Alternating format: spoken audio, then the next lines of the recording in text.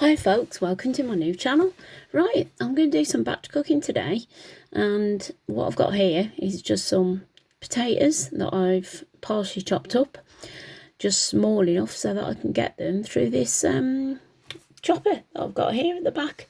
And what it is, it's a Briefton multi-chopper. I've got it off Amazon for Christmas off my son. And what you do is you put your potatoes in, just dice them through. So what I've done is just cut them into sort of inch chunks, if you want to inch slices or just over an inch, just so that I can get some nice sized pieces really to go on top of this pie that I'm doing.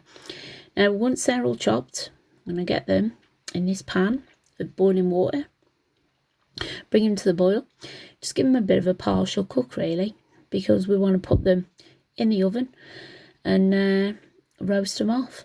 Now what I'm going to do now is change over this chopper, because I want to do what they call a mirepoix, which is carrot, celery and onion, and all it is just small dice veg as your base for any stews really, or any sauces. So all I've got to do now is chop these carrots down, because you know they won't go through whole, so get them into half-size chunks and then just pop them through so they go through like a centimetre cube. And once they're all through, we're going to pop those in this saute pan behind me. It's a multi-use cooker, so we can saute off, we can slow cook, we can roast, we can do what I like in it. So yeah, this is what I'm going to do with these. Now while those are roasting off, I'm going to put some mince in there when they're ready, when they've got a bit of caramelisation. All I'm using is 5% mince because it's better for you. And now, once these are got a bit of colour, just give them a turn every now and then. Just keep your eye on it, because you might want it a bit high, but it will, you know, it's quite loud, and that's why I'm doing this voiceover, because there's a lot of sizzling and boiling going on. Right, now while these are done, now I'm going to drain them off so it gives them a chance to fluff up and all the steam go off. We're going to dice up some courgettes in the same way. You can use as many as you like. I'm just using one, but I am using 3 peppers. We like to use a lot of peppers in our family. All we need to do with the peppers is just get that core off and pop them through the same way.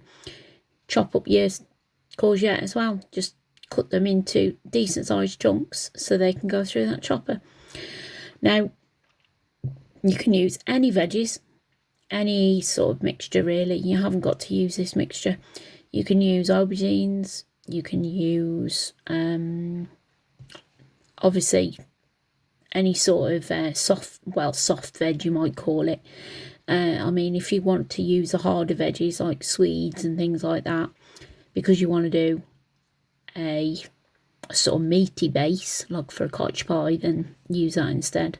Right, now I'm just going to put some oil in this pan, because we want to saute off some chicken, and this is just chicken, boneless, skinless thighs. Yeah, you need to chop the fat off, because you know they do tend to get a bit fatty. But yeah, I'm just using these because I do like chicken thigh much better than chicken breast, to be honest. I like to spice them up, so just pick any spices, paprika, turmeric. You can use Chinese flavourings, you can use salt and pepper, parsley, rosemary, sage, you know, any sort of flavours. You haven't got to do spicy stuff. You can just do a nice basic sort of homely comfort pie base, you know, like a cottage pie base type thing, because you haven't got to do necessarily like a spicy mixture with any of these foods. But yeah, I'm using spice because we like spice. Now all I've done there is some turmeric and some paprika. Just add a little bit at a time and then see how it goes. You can always add a bit more later, you know, if it's not spicy enough. So yeah, all I'm doing is just turning them over, just so they all get a bit of colour. Then once they're cooked, we can transfer them to a dish out the way. And then what I'm going to do is cook the mushrooms in this pan that's already got the flavourings going on. So right, we've just got that turning away. Now then, what I've done now is I've added the vegetables to the slow cooker at the back. And then I've also finished off cooking this chicken. Now we're going to transfer the chicken to the dish at the back. Got quite a lot there, so yeah, maybe too much for the actual dish. I've got 400 grams of whole wheat pasta, and we're just going to cook that off because we're going to divide that into 2 meals. So there you go. You can add peas to the water as well, your pasta water. I'm adding some broccoli to the top in this steamer bowl, and then we'll cook those for a few minutes just to give them a bit of a start. I've got to keep my eye on them though. Right, now these mushrooms are nearly done. They've just took a bit of colour. They've took the turmeric in and a bit of the colour in, the paprika and stuff. So there we go. We're just going to transfer those to the dish at the back. And now we can get on with the passata and the other bits and bobs that we're going to add to this ragu at the back. Now don't forget that ragu has no flavourings whatsoever. We've just got basic passata and vegetables. Now we're going to add the flavourings at the end because we're going to make 3 different dishes from that ragu base. Now you can add whatever you please. You can add a little bit more stock and you can thicken it up. Now all I'm doing there now is checking those pastas to see if they're done. They weren't quite done then, so we're just giving them a few more minutes while we add the passata to the ragu base. Give it a bit of a stir, and then I mean I am making quite a few meals here, so you know I'm using big dishes, so there's quite a lot there, but it's going to make enough meals for the week. So there you go. Right, I've got some lentils and some chickpeas and some more sweet corn. Well, we've got some sweet corn. I'm going to drain off the chickpeas because we're going to put those in a separate dish. We're not going to add them to the ragu.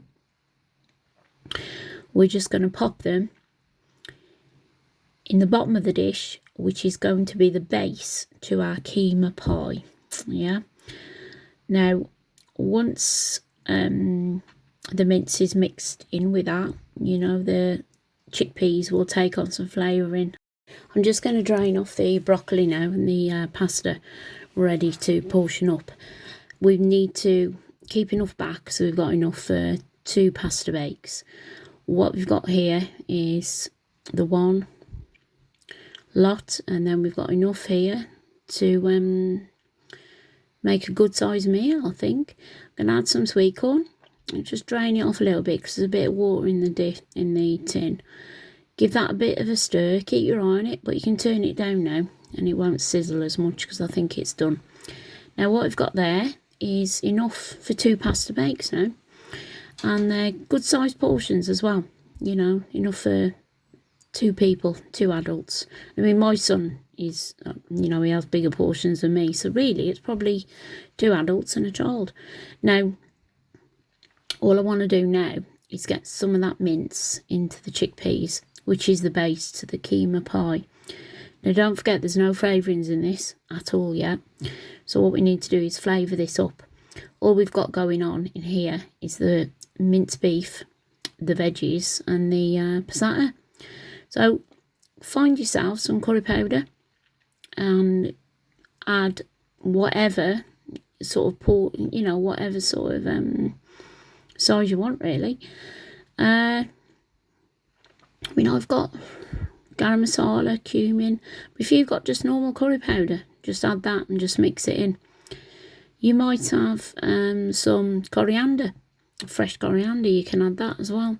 But if you don't want a curry base, you can always add a gravy granules base, because there's no you know, no spices in that ragu mixture.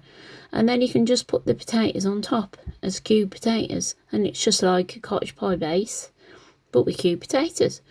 But, you know, this happens to be a spicy one. Now, what I'm going to do now is spray them. The potatoes are just cooked right, and then I can get them in the oven at a later date or bake them all together at the same time. I mean, that's what I'm going to do with these meals. Pop them all in the oven at the same time, and then they just need a quick blast then in the microwave or under the grill.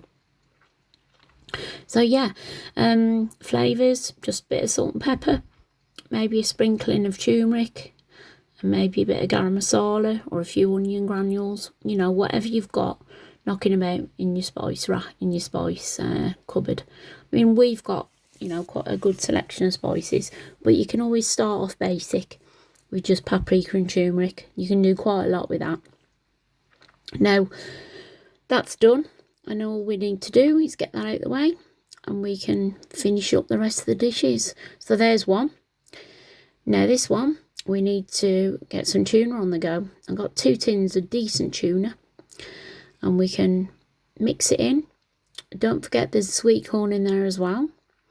We're going to add some broccoli, and then once it's all mixed in, you can add a stir through sauce of some description, or even passata, you know, cheap as chips. But I'm going to add what they call a wicked spicy pumpkin pesto. I wanted to try it, so I thought, well, I'll divide it up into 2 dishes. We'll have the one with the chicken, half of it with chicken, and we'll have half of it with tuna, and see how it goes. Yeah, I've just had some peas just to bulk the meal out, and this is the wicked pesto. You can get any pestos. I mean, you can use just normal pesto if you want, or like I said, you can use a dolmio stir through, or you can use passata. I've just added some baby tomatoes there, and then I'll top that with breadcrumbs and cheese. Now this one is the chicken bake, and I'm just going to use the remains of this wicked pesto, but I'm going to add a little bit of water to the jar because it's not as juicy. You know, we've got a few tomatoes going on in that other tuna bake, and that's, you know, that'll give it a bit more sort of juiciness, I suppose. But yeah, all we're going to do now is just add the chicken, broccoli, and whatever else. I mean, you can add any veg, you know, anything you want to it. You can add peppers, extra peppers, you can add frozen veg, mixed frozen veg, whatever you've got hanging about. I mean, I've just used what I've got. Now, this chicken is going a long way because I broke it down. The chunks didn't shrink nowhere near as much as some chicken does, and I think it's because it's not added water. Frozen chicken's good, but it's got added water to it, and then it does shrink a lot, you know, when you use it. But yeah, chicken thigh stays you know, stays nice, and it's tender. It's more tender than chicken breast. So that's that one. Now we're going to portion up the part of this ragu now. Now we've got a bit more passata gone in there just to make it a bit more juicy. Now this is going to be like a base for your lasagnas, or to go on top of your spag bowl, to go, you know, your spaghetti, or to just go in with pasta shapes, or you can have it on a baked potato, or, you know, whatever you want really. You can add herbs, and then maybe a bit of thickening if you're not happy with the sauce. Now this one is going to be the Mexican side. So we've got 2 portions there of the ragu, and now this is going to be the Mexican part of the ragu. I've added black beans and sweet corn, and then I'm going to add some arrabbiata spice mix, which is basically chilli. There's quite a lot of chilli in there, so just be careful, you know, add it to your own taste really. If it's not spicy enough, add a bit more. Now give that a good stir. Now all we're going to do now is get some more containers and portion it up. I think I need another couple more containers here because there's more, because we've added more veg. Right, I've got some chicken left over there, so that may be added to the other dish. And there we go. We've got 3 portions of chili base mixture, which can go on top of nachos, it can go on baked potatoes, it can go in wraps to make burritos, pita breads, or you can add a little bit more passata to it or a tin of tomatoes, and you've got a chili con carne. Right then, so that's all the ragus. Now we've just got the pies. Right, we've got these all tucked up ready for bed, and this one we're going to have for tea tonight, so see you later, guys.